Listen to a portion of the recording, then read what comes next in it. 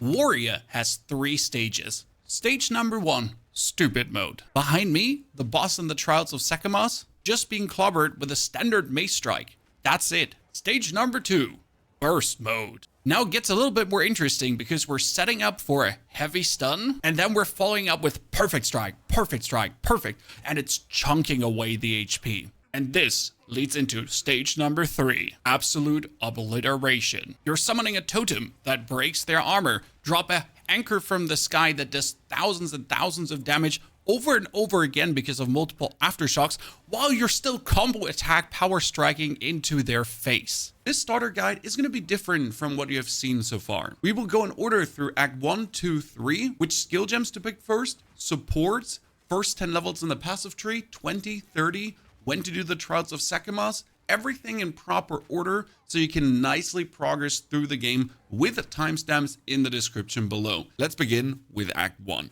You land at the shores, pick up your shield and club plus the rolling slam. And pretty much as you enter the encampment, forget about these 2 things. You're going to get yourself a 2-handed mace and pick up your first real skill. And that would be Bone Shatter. Bone Shatter is plain amazing. You auto attack someone, he gets the glowy orb on top of his head because he's almost stunned, and then you just explode him with a heavy stun.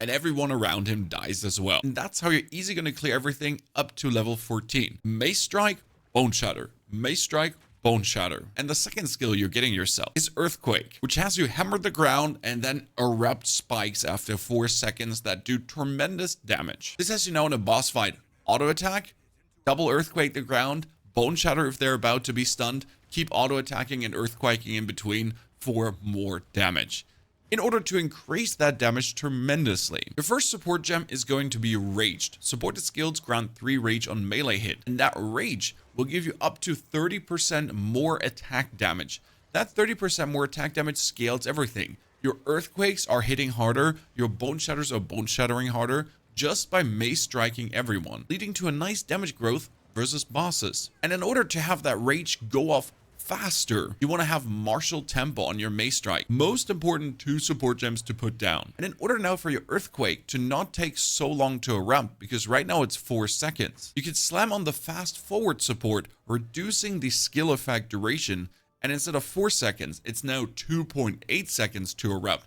Bum bum, double hit the ground, keep rage hitting with your auto attack, bum bum, double hit the ground, and keep hitting with your rage. And in all honesty, with this simple setup, the King of Rust was just absolutely getting twonged away by your 2-handed mace. It felt so stupid and simple at the same time. It's crazy. Now with level 3 skills, we're adding something amazing. That would be the Shockwave Totem and also the Infernal Cry. Ignore Armor Breaker and Shield Charge. We're not going to be interacting with those until the very late game. The Shockwave Totem is only used in boss fights or against very sturdy rares. It will slam the ground, help the stun bars so you can hit them harder with a Bone Shatter, and at the same time it can explode jacked ground that's being made by your earthquake.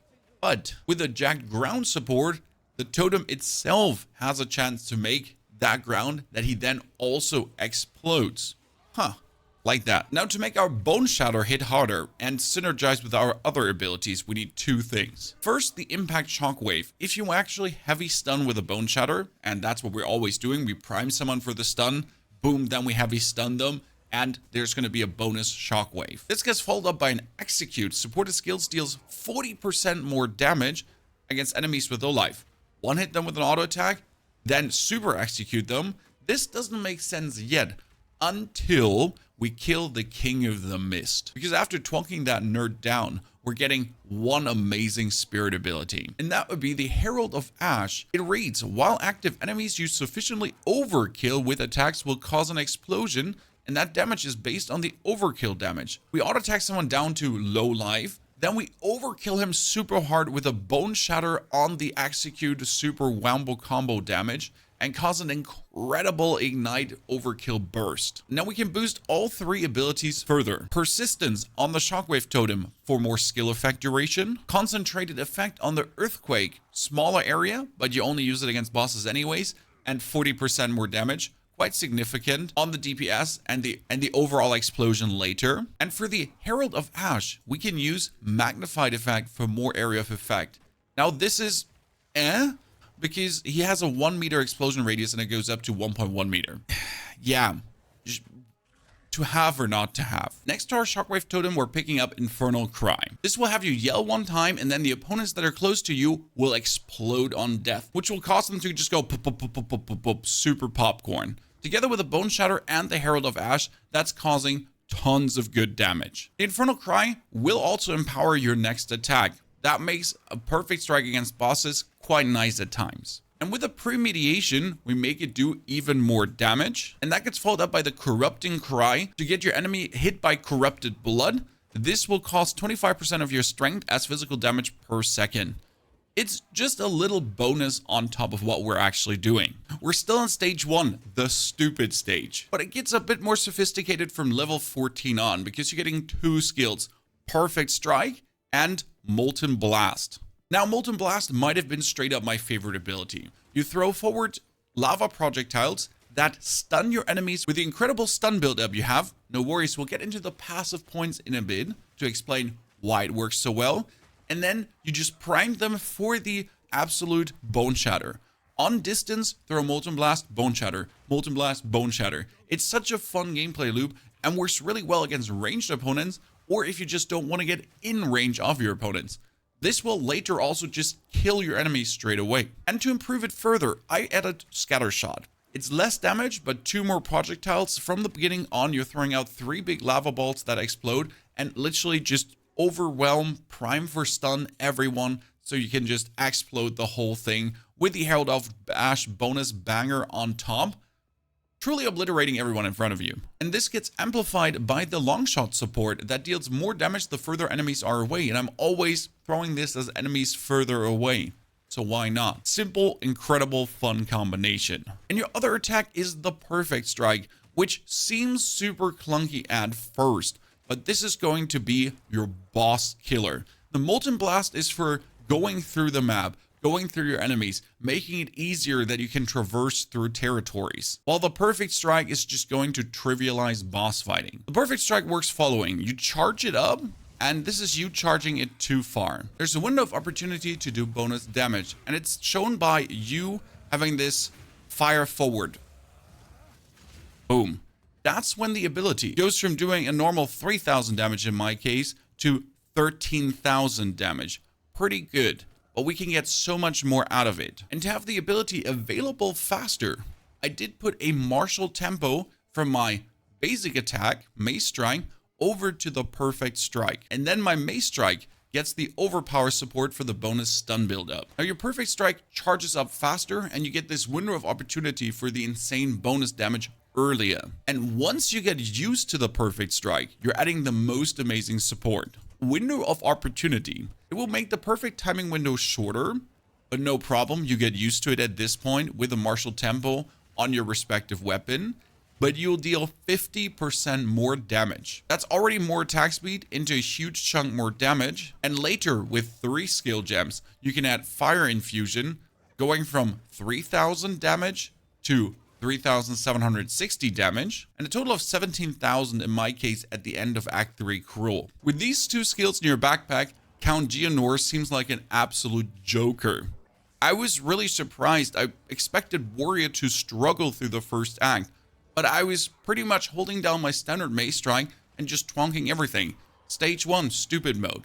This is slowly transitioning in Stage 2 for the Burst Mode, because in a boss fight our rotation looks following. We're going to approach the enemy, twonk him maybe 2 times with a Mace Strike, put down our totem, Earthquake, Earthquake, keep twonking him until the Bone Shatter. If you Bone Shatter and stun the opponent, you have all the time in the world to Perfect Strike, Perfect Strike, Perfect Strike, because he cannot interrupt you from perfect striking. There's no fighting back.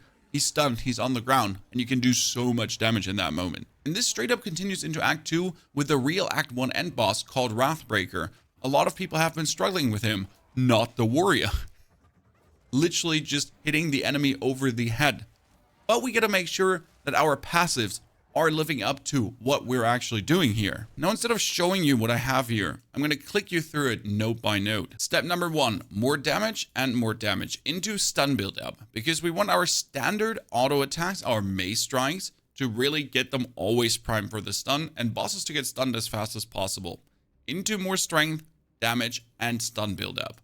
Then we get more damage and more damage against heavy stunned opponents, as that is what we are continuously doing to bosses. Now go further upwards through damage, strength, take Dex or Int if you need it for one of the support gems, and to our first super damage booster with 40% more two-handed weapon damage, but 5% attack speed minus.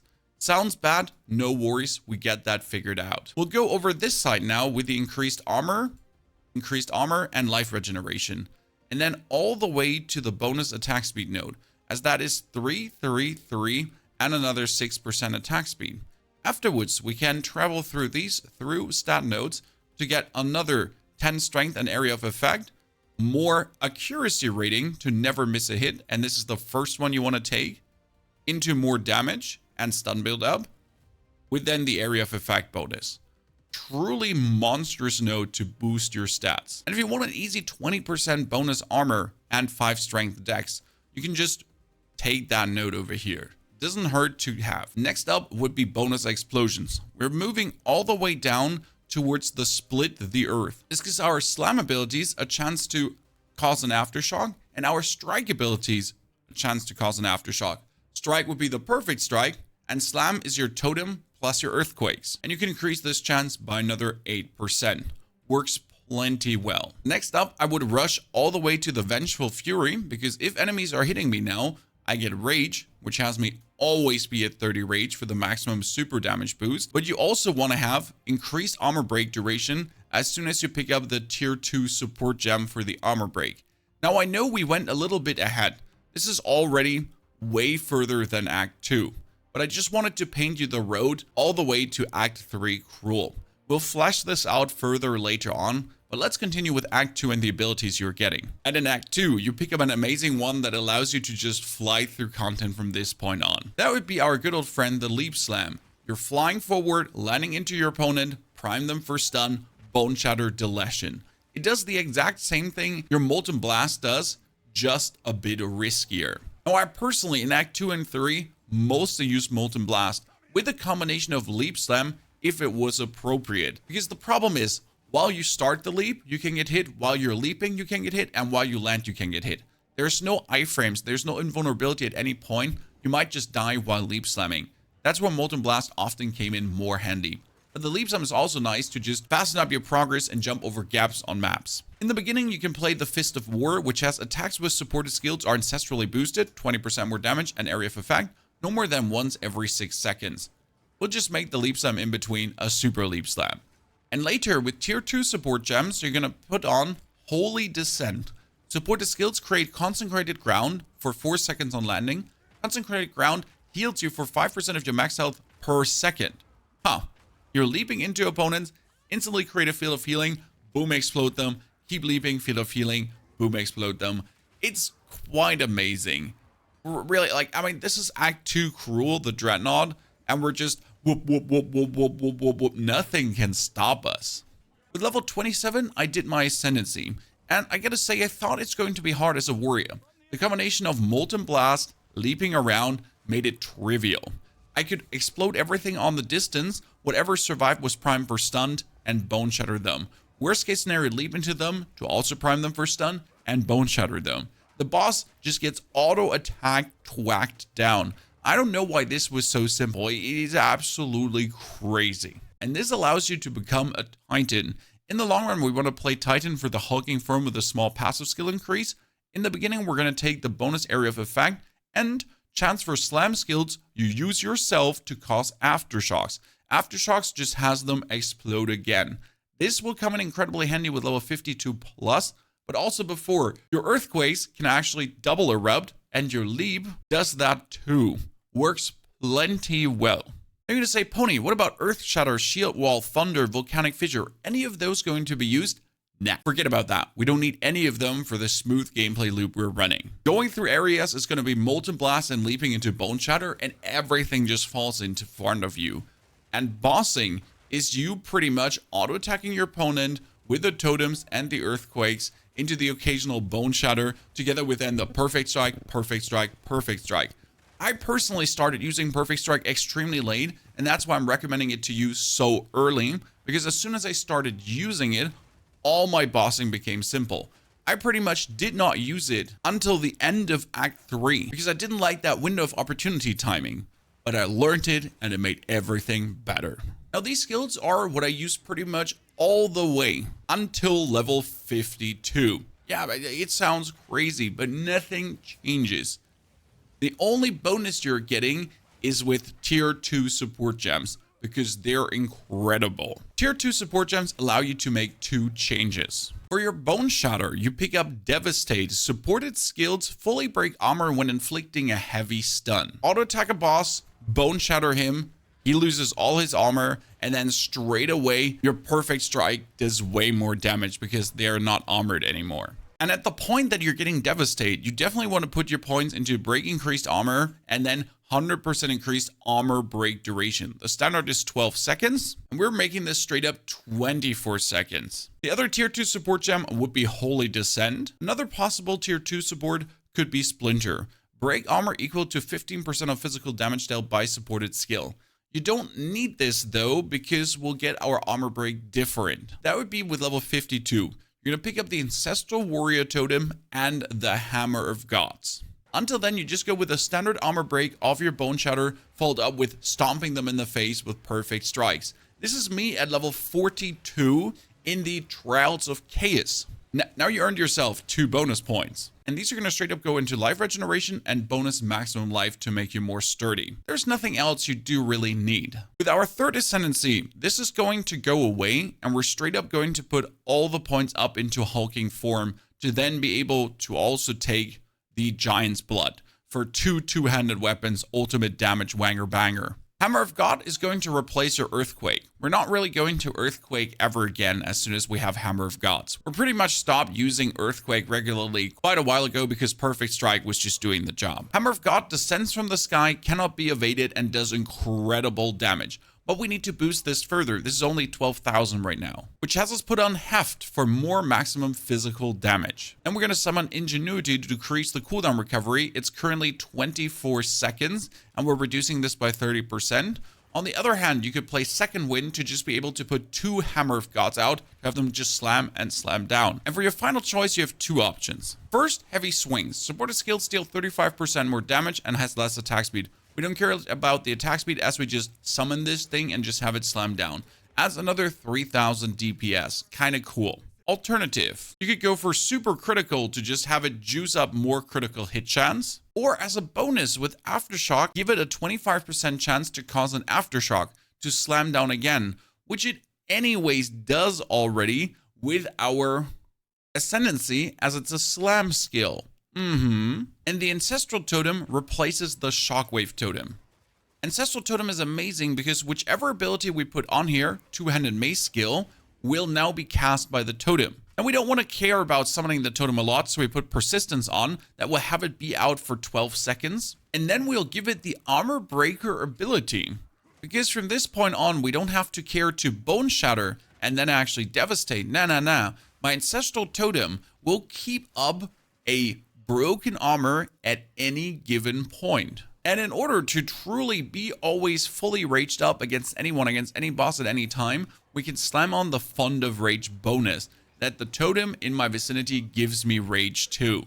Truly a monstrous tool of mass destruction now. And our normal mace strike that we're still using will receive the Brutality gem for even more physical damage. Now you're just out there and slamming everything into smithereens. You approach the fight, drop the Hammer of God straight away, start getting more range from being hit or hitting yourself.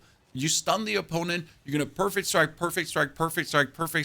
while your Ancestral Warrior Totem is just hassling them and breaking their armor at any given point. Will later probably consume armor for even more bonus damage. And let's not forget about our second Spirit ability as we're killing the Bog Witch in Act 3 for the first time. In my case, I went with Overwhelming Presence.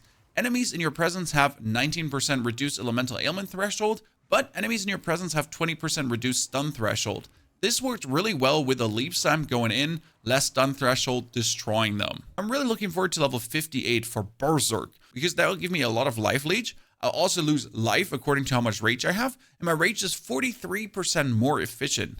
is going to have me just leap around the map and truly eat up everything. Now, this is stage 3, the devastation stage. You're just jumping around, destroying everything, hitting bosses. It is super fun. And there has been not a single struggle, I gotta say. The only thing was really learning the perfect strike. Going through areas has been easy from level 1 on, and it's my least dying character. It all depends on your gear though. This is a solo self-found character. I didn't invest any crazy money in it. And finding a good weapon can make or break what's going on for you. This is from a vendor, +4 to all melee skills and a huge amount of physical damage. And you truly want to hug that vendor to get yourself good bonus physical damage weapons at any level, because they make such a difference. This was my level 22 hammer. This I was rocking at level 33 and then later at level 45. Into what I have now here with level 48. Otherwise, I've been going for the full armor spree. Yes, I know armor is bad. It's not a problem until level 80. I did the same with my mercenary.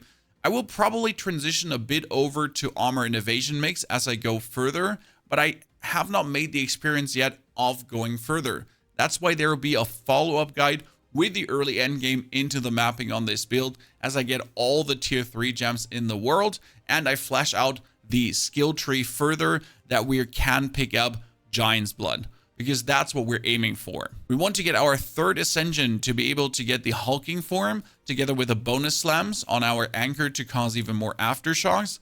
Then we're going to get ourselves Giant's Blood that we can wield 2 two-handed weapons with a bonus increase in damage per strength, straight away a 3% maximum life and a bonus stun threshold, into even more damage with a reduced attack speed, but we get our attack speed boosted finally and nicely. Also, you want to get attack speed if you have been hit recently, and more armor if you have been hit recently, with more elemental resistances. And I see a lot of people take Blood Magic, removes all mana, and mana cost is converted to life skill cost instead. I haven't felt the need yet for this. Maybe later. Important will be to also take the stun build up into stun threshold, and then 5% increased strength as well. More strength is going to be very important as we get our damage per strength, and then we're going to boost all our small nodes with more efficiency that then will do also more damage per strength. We have truly scaling notably awesome. But this is all future music where we're going to take the warrior. Tell me in the comments below, are you going to give this a try? Is this something you're interested in? And if you did, how easy did it feel for you? Because it has been an absolute breakthrough for me, and I was so surprised because I expected to struggle hardcore. If you're now looking for more tips with Path of Exile, enjoy and have a fantastic good day.